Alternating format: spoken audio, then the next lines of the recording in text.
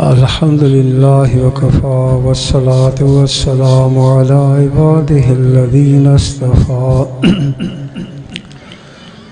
अम्मा बअदु फ़अऊज़ु बिल्लाहि मिनश्शैतानिर्रजीम बिस्मिल्लाहिर्रहमानिर्रहीम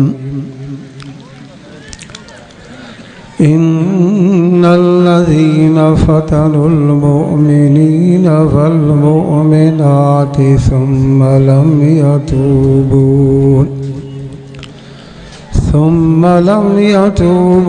फलहुम अज़ाबु जहन्नम वलहुम अज़ाबुल हरीक़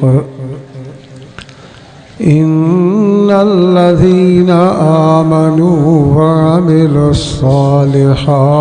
लहुम जन्नातुन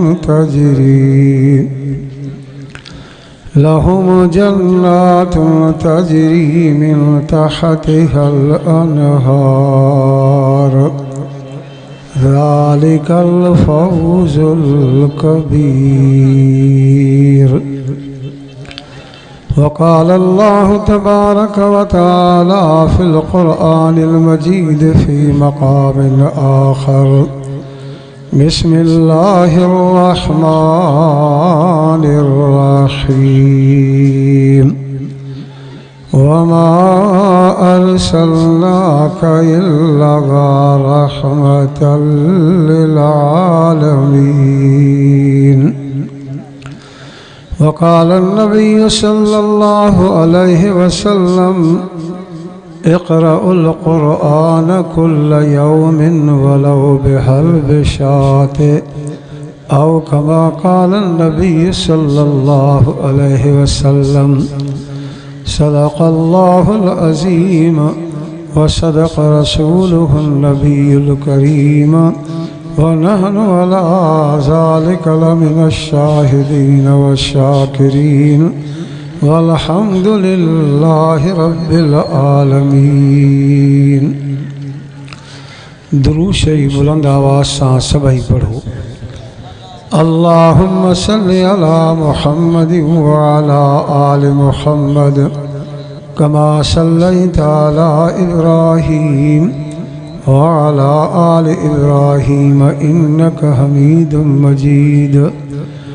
अल्लाहुम्मा बारिक अला मुहम्मदिन व अला आलि मुहम्मद कमा बारकता अला इब्राहीम व अला आलि इब्राहीम इन्नका हमीदुम मजीद। अज़ीज़ और दोस्त वो प्यारा भाईरो अव्हां जे आॾो क़ुरान शरीफ़ जे बिन जगहनि तां कुछ आयतूं ऐं पैगम्बर करीम सल्लल्लाहु अलैहि वसल्लम जी हिक हदीस शरीफ़ तिलावत कई आहे। दुआ करियो अल्लाह ताला मूंखे सही सही बयान करण जी तौफ़ीक़ अता फ़रमाए ऐं अल्लाह तबारक व तआला हर मुसलमान खे क़ुरान पाक जे मथां अमल करण जी तौफ़ीक़ अता फ़रमाए। बुख़ारी शरीफ़ जी हदीस आहे। सहाबी हिकिड़ो बयान करे थो असां नबी साईं सल्लल्लाहु अलैहि वसल्लम जे दरबार में वेठा हुआसीं तॾहिं ख़बर पई त हिकिड़ो जवान नबी साईं जी दरबार में आयो। अची करे अर्ज़ करण लॻो साईं मां यहूदी आहियां, साईं मां गैर मुस्लिम आहियां, पर अव्हां में उम्मीद रखी करे टे हिकिड़ा मुतालबा खणी आयो आहियां। मांखे उम्मीद आहे त मुंहिंजा टई मुतालबा अव्हां जी दरबार में पूरा थी वेंदा। नबी साईं सल्लल्लाहु अलैहि वसल्लम फरमाइनि था हीअ मां मुहम्मद करीम जी अहिड़ी दरबार आहे जो अल्लाह साईं ना उम्मीदनि जूं भी उम्मीदां पूरियूं करे छॾींदो आहे।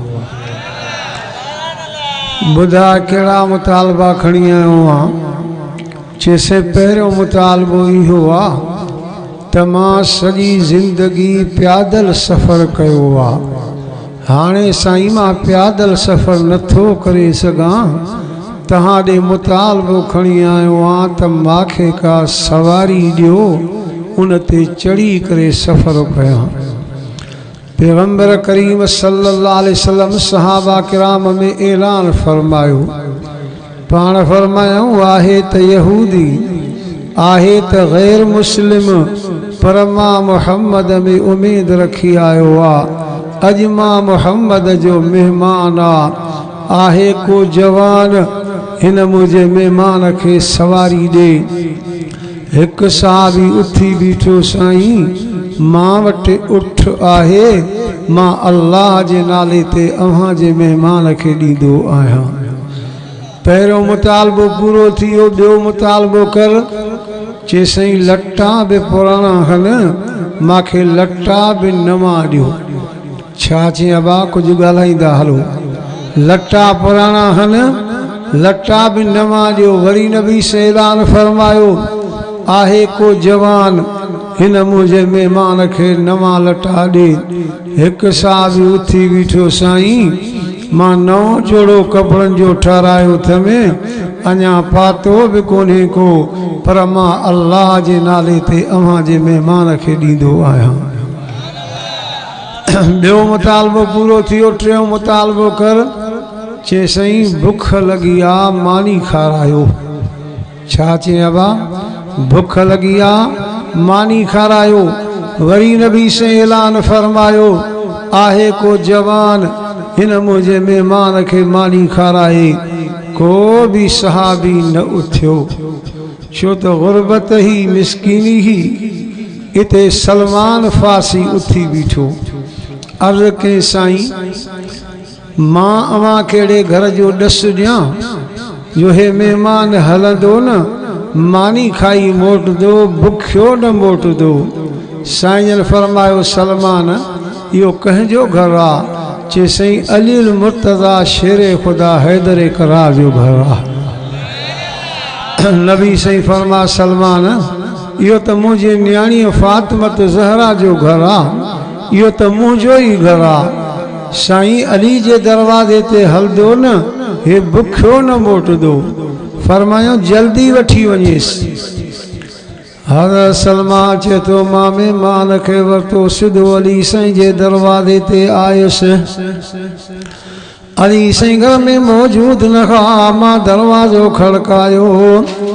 अम्मा फातिमत ज़हरा रज़ी अल्लाह ताला अन्हा फरमायो, मन दक़ल बाब, ओ दरवाज़े खे खड़कण वारा केरु आहिनि?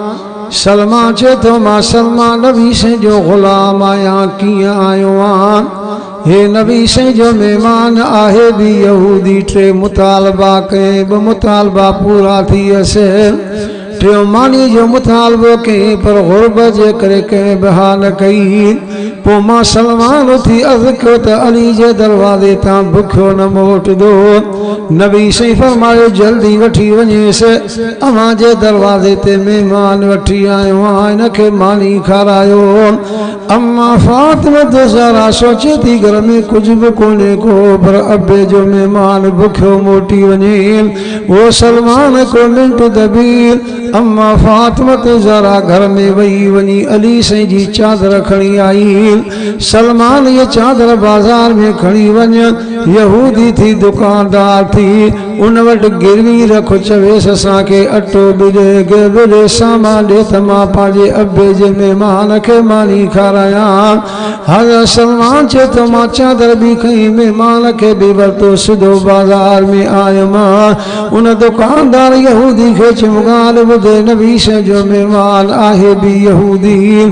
टे मुतालबा कई, मुतालबा पूरा थी वस टियों मानी जो मुतालबो के पर गुरबत जे करे के बहा न कई वो मुझो नालो सलमान मां नबी से जो गुलाम आहियां अर्ज़ कम त अली जे दरवाजे ता भुखियो न मोट दो उते वियासे उते भी इंतजाम को न हुयो हाणे अली से जी चादर खणी आयो गिरवी रख असांखे अटो भी दे गिह भी दे सामान भी दे वो दुकानदार यहूदी चवण लॻो हिकिड़ो मिंट त बीहो अंदर वियो असां सोचियोसीं वियो आहे सामान खणी ईंदो वियो त वॾो हिकिड़ो किताब खणी आयो किताब खोले करे चवण लॻो किताब ॾिसो था हिन जो नालो त रहे था असांजे मूसा नबी ते नाज़िल थियल आहे पर हिन जे हिन सिफ़े ते इहा सॼी ॻाल्हि लिखी पई आहे त आख़िरी नबी मुहम्मद करीम सल्लल्लाहु अलैहि वसल्लम वटि महिमान ईंदो हूंदो बि यहूदी टे मुतालबा कंदो ॿ मुतालबा पूरा थी वेंदो टियों मानी जो मुतालबो कंदो पर गुरबत जे करे को बहा न कंदो पोइ सलमान नाले ग़ुलाम थी बीहंदो चवंदो त अली जे दरवाज़े तां बुखियो न मोटंदो उते वेंदा उते भी इंतजाम न हूंदो पोइ अली संजी चादर जी बाज़ार में गिरवी रखी वेंदी हे त सॼी ॻाल्हि अॻे ई तौरेत में लिखी पई आहे हाणे मां बि यहूदी आहियां हे महिमान भी यहूदी आहे असां ॿिन्ही खे नबी जी दरबार में वठी हल ॿई अची कलमो पढ़ी मुसलमान थींदा आहिनि तॾहिं रब साईं जो क़ुरान बि चए थो फमा अरसलनाका इल्ला रहमतल लिल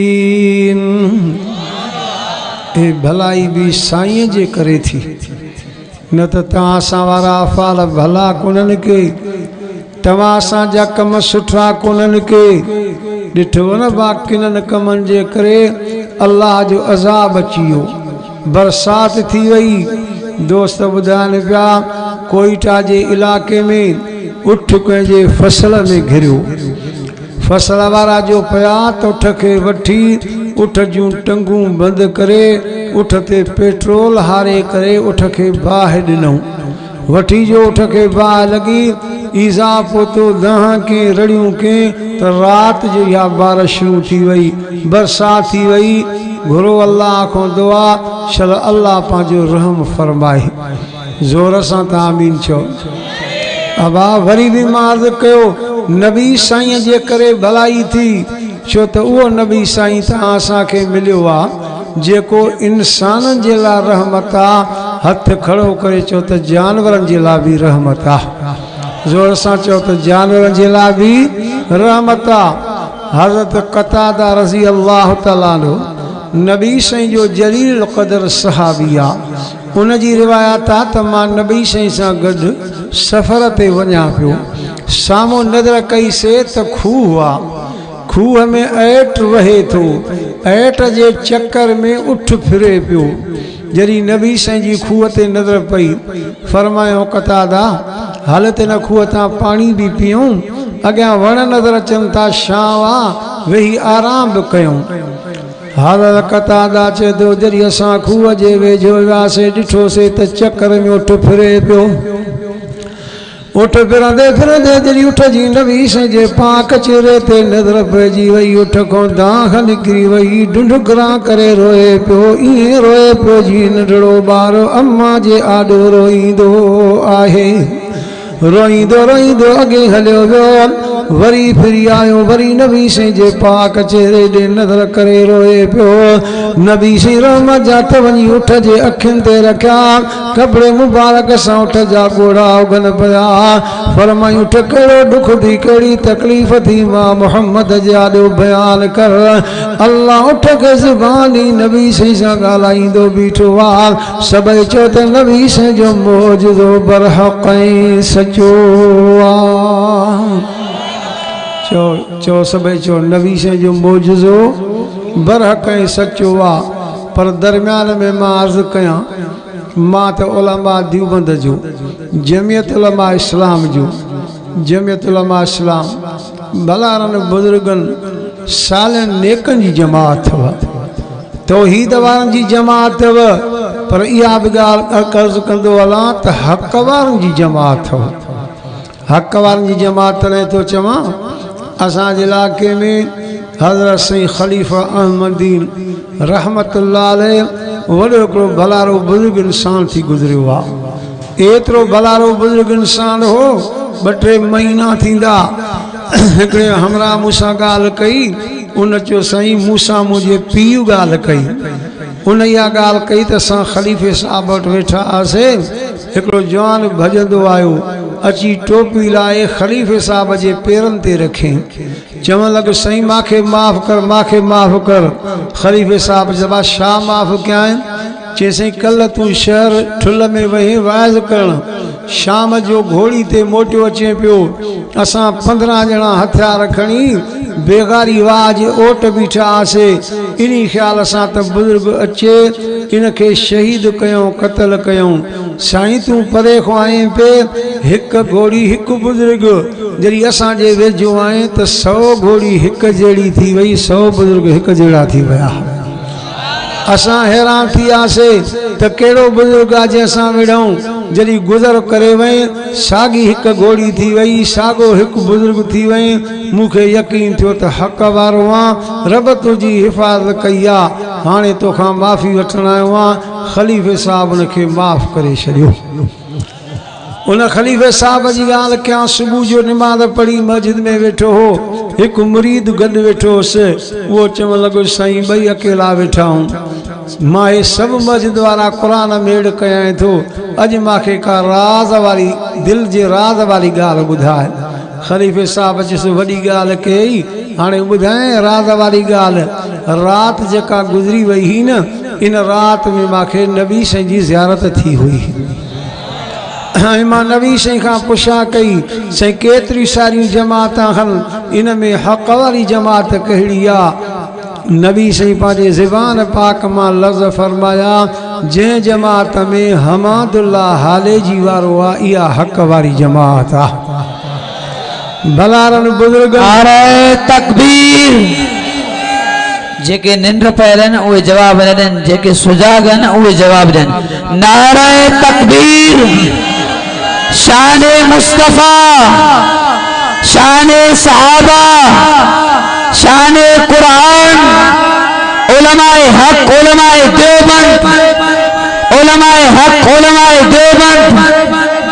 नारे तकबीर। तो मां अर्ज़ कयो असांजो ईमान अक़ीदो आहे हे त उठ साह वारो आहे न वाह, जानदार आहे, पर जंहिंखे साह बि न हो उहे बि नबी साईं ते कलमा पढ़ी आहिनि। काफ़र आहे, पत्थर खयां अथई, चादर जे कुंड में ॿधा अथई, अची नबी साईं वटि खोलियईं। साईं पत्थरनि मुंहुं बि कोन हिन को, ज़ुबान बि कोन अथनि, सोराख़ बि कोन अथनि। हे तो ते कलमो पढ़नि त मां बि कलमो पढ़ां।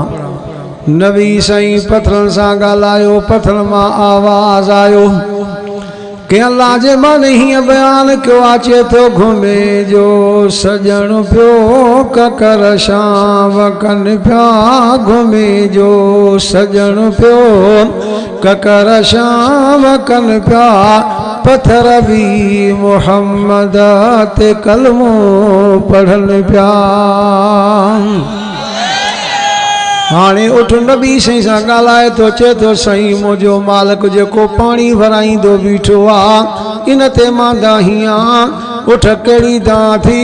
चए साईं इहो 4 वक़्त निमाज़ पढ़ंदो आहे, सुम्हणी जी निमाज़, इशा जी निमाज़ न पढ़ंदो आहे। मां जानवर खे भउ थींदो आहे मतां इन जे करे अल्लाह जो अज़ाब न अचे त मां बि इन अज़ाब में गिरफ़्तार थी वञा।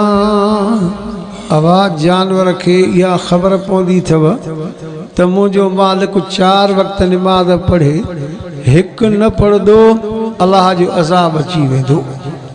अॼु मुस्लमान कलमे पढ़ण वारो निमाज़ जे वेझो ई नाहे, चओ त हिन ते निमाज़ फ़र्ज़ ई नाहे। हालांकि अल्लाह क़ुरान पाक में 700 जान ते निमाज़ जा सॾ कया आहिनि।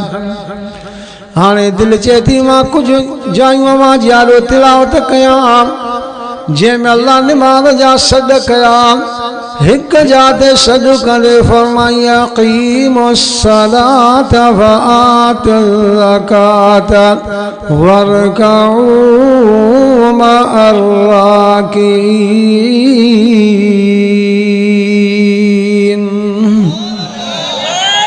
सभई गॾिजी सुभान अल्लाह चओ न।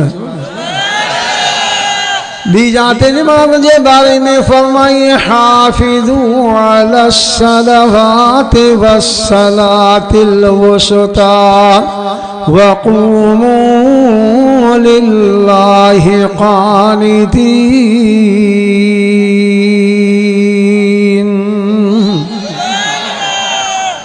बांग जो आवाज़ भी ॿुधे, आज़ान जो आवाज़ भी ॿुधे, निमाज़ ते न अचे, इन माण्हूअ ते अल्लाह जी वॾी कावड़ अथव।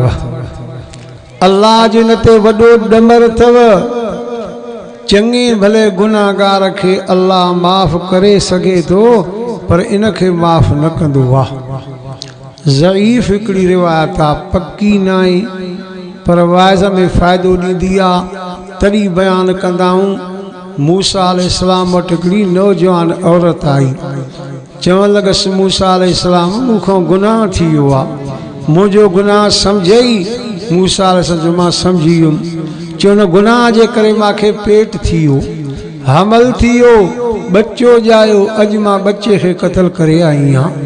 हाणे रब खां दुआ घुर अल्लाह मूंखे गुनाह माफ़ करे। मूसा अलैहिस्सलाम चयो ॿ कबीरा गुनाह कया थी।